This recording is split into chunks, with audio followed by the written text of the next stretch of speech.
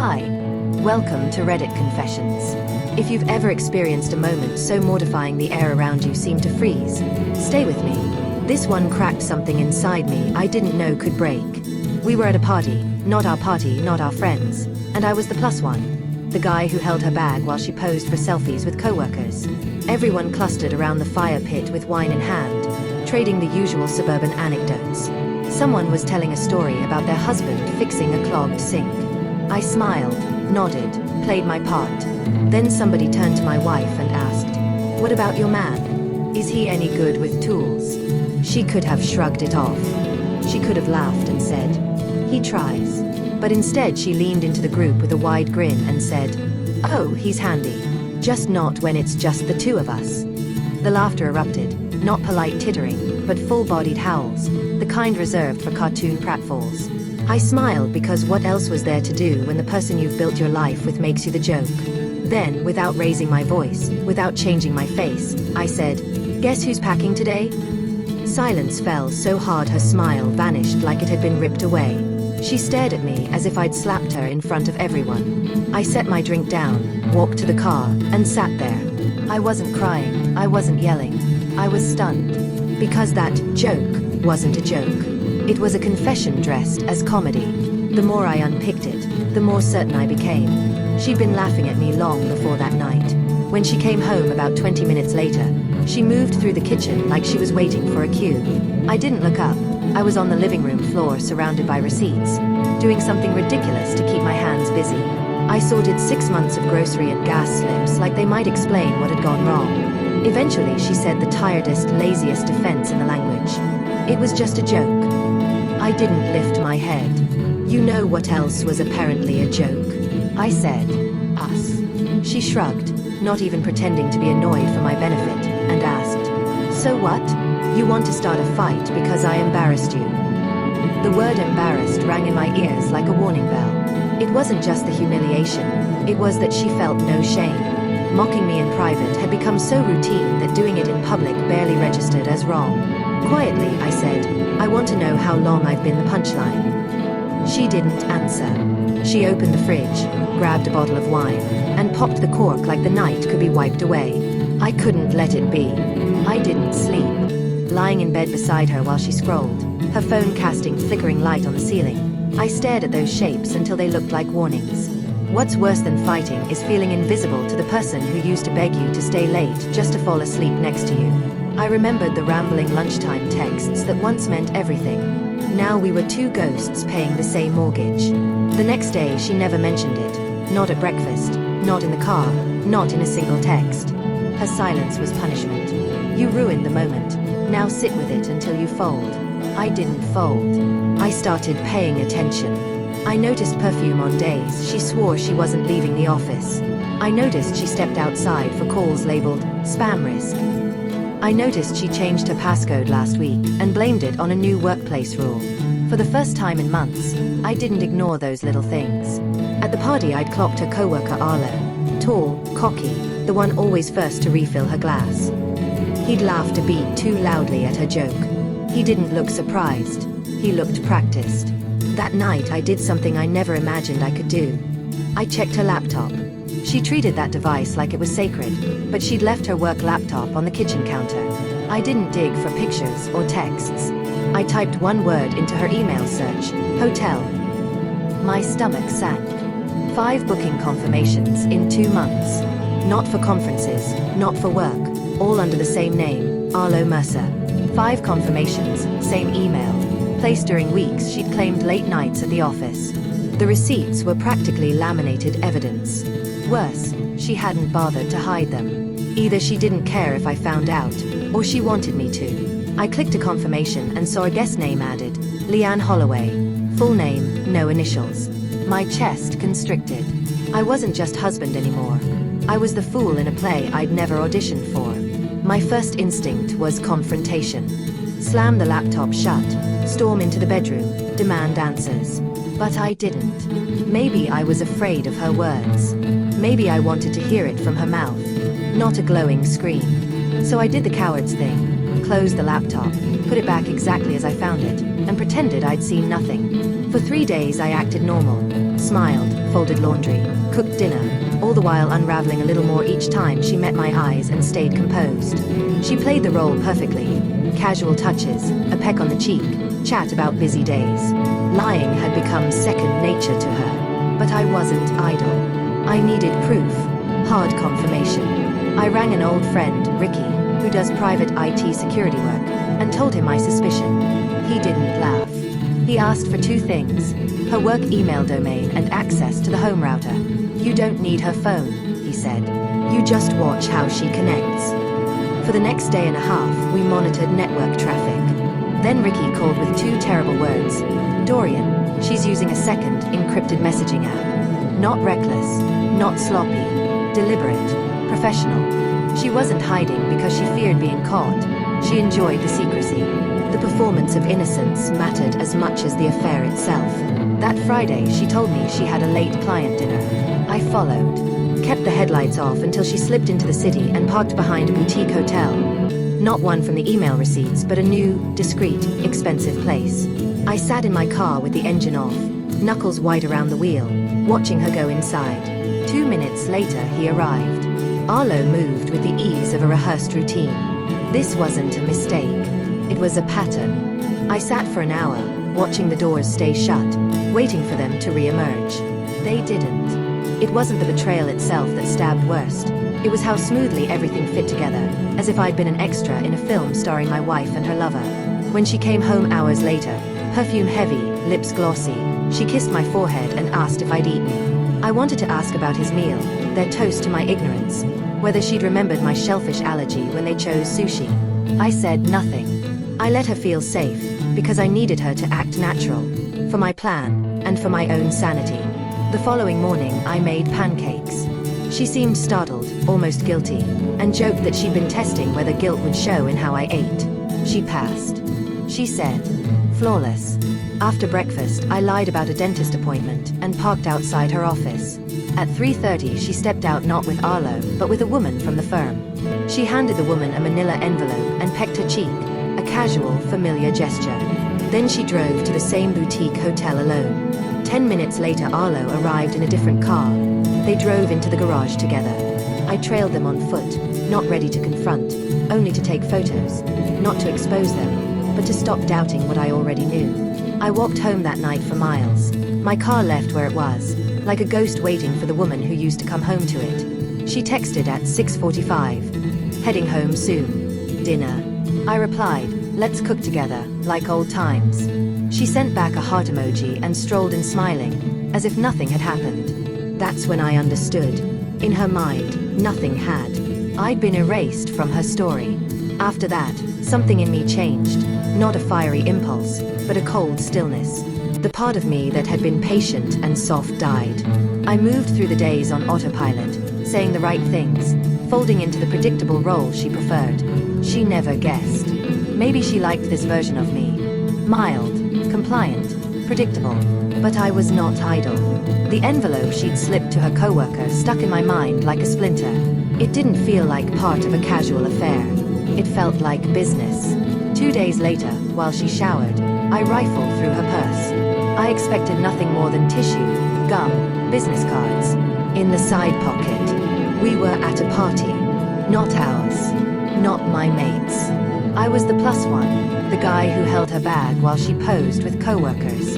Everyone was clustered around the fire pit with wine in hand, trading boring suburban stories. Someone told a tale about a clogged sink and a husband who fixed it. I smiled, nodded, played the role. Then someone turned to my wife and asked, "What about your man? Is he any good with tools?" She could have laughed it off. She could have said, "He tries." Instead, she leaned forward, grin wide, and said, "Oh, he's handy. Just not when it's just the 2 of us." The laughter hit like an avalanche. Not polite chuckles. Full-on belly laughs. Me. I smiled because what else do you do when the person you built your life with makes you the joke? Then, quietly and without theatrics, I said, "Guess who's packing today?" Silence slammed down. Her smile evaporated. She looked at me like I'd struck her in front of everyone. I set my drink down, walked to the car, and sat there. Not sobbing, not shouting, just stunned. That joke wasn't a joke. It was a confession wrapped in comedy. As I unpacked it in my head, thread by thread, I realized she'd been laughing at me long before that night. She came home 20 minutes later and moved through the kitchen like she was waiting for a cue. I didn't look up. I was on the living room floor, surrounded by receipts, doing something stupid to keep my hands occupied. I sorted 6 months of grocery and gas slips like they might explain what went wrong. Finally, she said the tiredest defense in the book. It was just a joke. I didn't lift my head. You know what else was apparently a joke? I said, us. She shrugged like she couldn't be bothered to be annoyed and asked, so what? You want to start a fight because I embarrassed you? The word embarrassed rang in my ears like an alarm. It wasn't only humiliation. It was the fact she felt no shame. Mocking me privately had become routine, and doing it in public barely registered as disrespect. Quietly, I said, I want to know how long I've been the punchline. She didn't answer. She opened the fridge, grabbed a bottle of wine, popped the cork like the night could be erased, and walked off. I couldn't let it be. That night I didn't sleep. I lay there while she scrolled, her phone painting little shadows on the ceiling, and stared at those shapes until they looked like warnings. What's worse than fighting is feeling invisible to the person who used to beg you to stay just so you could fall asleep beside each other. I remembered the long lunchtime texts that once meant everything. Now we were two ghosts sharing a mortgage. The next day she never brought it up. Not at breakfast, not on the drive, not in a single text. Her silence felt like punishment. You ruined the moment. Sit with it until you fold. I didn't fold. I started paying attention. I noticed perfume on days she claimed she wasn't leaving the office. I noticed she always stepped outside for calls labeled spam risk. I noticed she changed her passcode and blamed it on policy. For the first time in months, I stopped ignoring those small signs. At the party, I'd noticed her coworker Arlo. Tall, cocky, the first to refill her glass. He laughed a second too long at her joke and didn't look surprised. He looked practiced.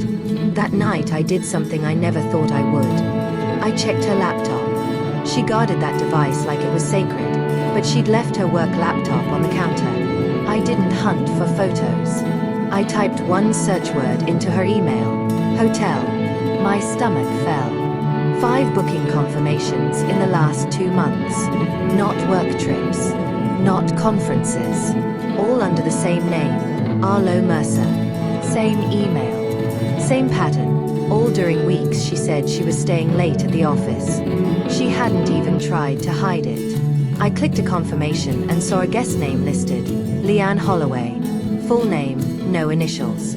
Something tightened in my chest. I wasn't just husband anymore. I was the fool in a play I hadn't auditioned for. My first instinct was to confront her, slam the laptop, march into the bedroom, demand answers. I didn't. Maybe I was afraid of what she'd say. Maybe I wanted to hear it from her lips, not a scream. So I did the coward's thing, closed the laptop, put it back, and pretended I hadn't seen a thing. For 3 days I acted normal, smiled, folded laundry, cooked dinner, while inside I unraveled a little each time she looked at me and kept up the act. She was good at it. Casual touches, a kiss on the cheek, chat about busy days. Lying had become second nature. But I wasn't idle. I needed proof. I called an old friend, Ricky, who works in private IT security. I told him my suspicion. He didn't laugh. He asked for 2 things: her work email domain and access to the home router. You don't need her phone, he said. Watch how she connects. Over the next day and a half, we monitored network traffic. Then Ricky called with 2 chilling words. Dorian, she's using a second encrypted messaging app. That meant deliberate secrecy, not clumsy concealment. She wasn't hiding because she feared being caught. She was hiding because the secrecy was part of the thrill. That Friday, she told me she had a late client dinner. I followed. Kept headlights off until she parked behind a boutique hotel. Not one from the email receipts, but a new, discreet place. I sat in my car, knuckles white, watching as she walked in, and Arlo showed up 2 minutes later. They moved with the ease of people who'd done this a dozen times. This was a routine. For an hour I watched the doors stay closed. They never reappeared. When she came home hours later, perfume strong, lips glossy, she kissed my forehead and asked if I'd eaten. I wanted to ask if he'd eaten, if they'd toasted to my ignorance, if she'd remembered my allergy when choosing a restaurant. I said nothing. I let her feel safe. Not for her sake, for mine. I needed her to act normal so I could keep watching. The next morning I made pancakes. She seemed surprised and almost guilty, joking she was testing whether guilt would show in how I chewed. She passed. After breakfast, I lied about a dentist appointment and parked outside her office. At 3:30 she stepped out with a woman from the firm, handed her a manila envelope, kissed her cheek. Familiar, casual, then drove to the same boutique hotel and waited. Arlo arrived in a different car. They drove into the garage together. I trailed them on foot, not to confront but to gather proof. I took photos to end the doubt. That night I walked home for miles. My car stayed on the street like a ghost. She texted around 6:45. Heading home soon. Dinner. I replied, let's cook together, like old times. She answered with a heart emoji and smiled when she walked in, as if nothing had happened. In her world, nothing had. I'd been erased from her story. Something in me changed then. Not a fiery plan, but a cold stillness. The part of me that had been patient, soft, and trusting died that day. I moved through the motions she liked. Calm, predictable, quiet. She never guessed. Maybe she preferred this version of me. But I was watching. That envelope she'd slipped to her coworker nagged at me. It felt like business, not romance. 2 days later, while she showered, I went through her purse.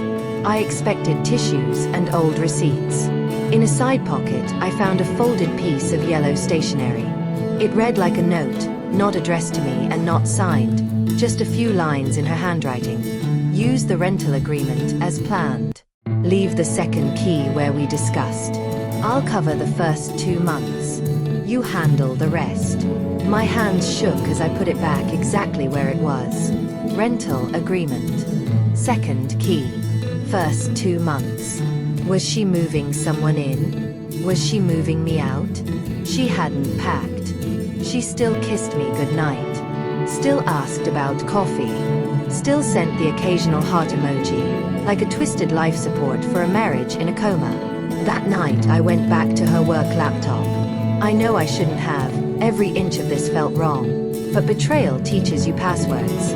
I searched lease and found a PDF titled August Agreement. A rental contract for a 1-bedroom downtown, not far from the hotel. The occupant listed wasn't her or Arlo. It was me, my name, my forged signature, my bank details. I sat there as the air left the kitchen. Why would she forge a lease in my name? How did she get my information? Then I remembered the life insurance paperwork from a month ago. She'd handed me a few pages and asked me to sign to update beneficiary info. I had signed without reading. She stood there, smiling, guiding my pen. I closed the laptop and leaned against the counter until my legs stopped shaking. I wasn't just being cheated on. I was being written into a plan that erased me. Had she been building a world where I was either out of the picture or off the map entirely? I didn't sleep. I lay awake listening to her breathe, steady and peaceful, while she was quietly rewriting my life. The lease, the forged signature, unauthorized rent payments. Why create an apartment in my name unless the goal was to move me out without ever saying a word?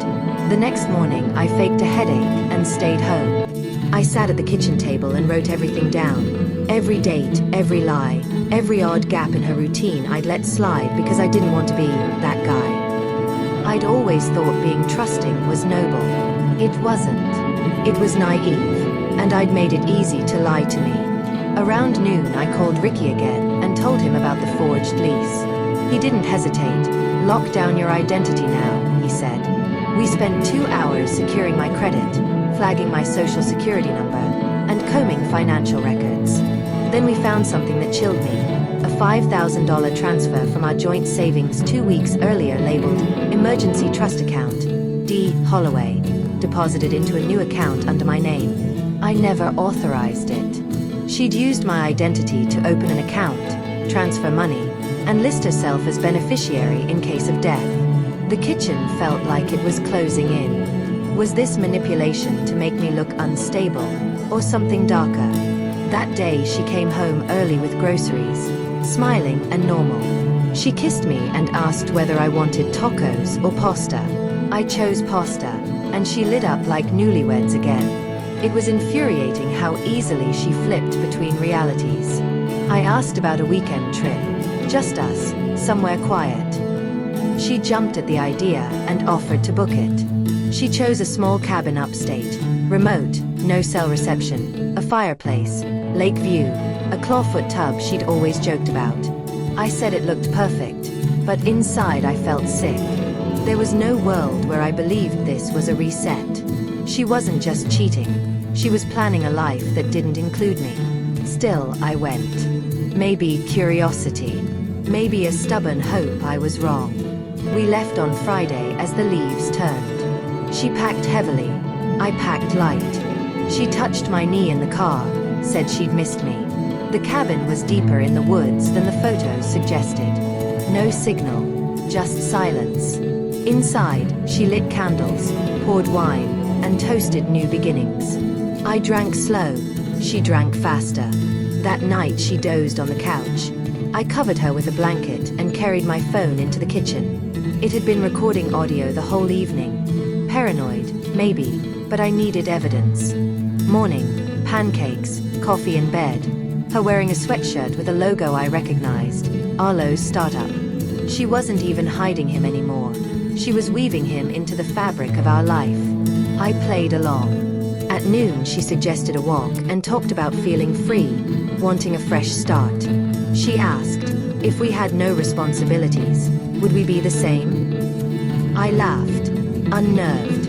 Later, around midnight, she slipped outside. I crept to the door and heard her whispering, rehearsed and urgent. No, he's asleep. Tomorrow after lunch. Not yet. It has to look like I stepped back. My heart thudded. I woke early the next morning, packed quietly, left the cabin key on the table, and walked until I found a bar with a signal. I called Ricky. Get home now, he said. Check your insurance file. Don't eat or drink anything she gives you. That was 5 hours ago. I'm home now. She doesn't know, and when she walks in, everything changes. She came through the door at 7:12 carrying takeout like nothing had happened. I'd followed Ricky's instructions to the letter. Accessed the insurance portal, verified the secondary beneficiary, called the company, froze changes, filed a fraud flag. The rep told me what I'd feared. She'd forged my signature. For once I didn't feel stupid. I felt awake. When she went to shower, I laid a pile of printed documents on the kitchen table. The forged lease, transfer logs, hotel photos, transcribed audio from the cabin, and a notarized statement I'd filed that afternoon starting a legal separation. She came out towel-wrapped, saw the papers before she saw me, and sat down as if her legs had given out. I didn't shout. I said, "You almost got away with it." She didn't cry. She didn't apologize. She looked relieved, and that stung more than anything. I realized I'd never been her victim. I'd been her backup plan, the reliable option if the other life didn't work. That part of me who swallowed shame to keep the peace was gone. I told her I'd be moving out temporarily to rebuild whatever parts of me could be saved. She didn't fight. The next morning, I left with only what I needed. Ricky found me a small rental above a bookstore that smelled like ink and second chances. I slept for the first time in months. 2 weeks later, her HR contacted me. An investigation into fraud involving corporate travel accounts. I didn't need to pry. The truth was enough. It's been 4 months now. I'm still picking up emotional debris, but I'm not angry anymore. Sometimes the worst betrayals don't break you. They show you who you've been keeping beside you. I'm learning to be the man I respect, not the one she kept as a fallback. Thanks for listening. This has been Reddit Confessions. Real people sharing secrets they were never meant to say aloud. If you've had a moment that shifted everything in a relationship, share it below. We want to hear your story. Don't forget to like, subscribe, and follow for more raw, real-life twists you won't hear anywhere else. Until next time, trust your gut. It's usually right.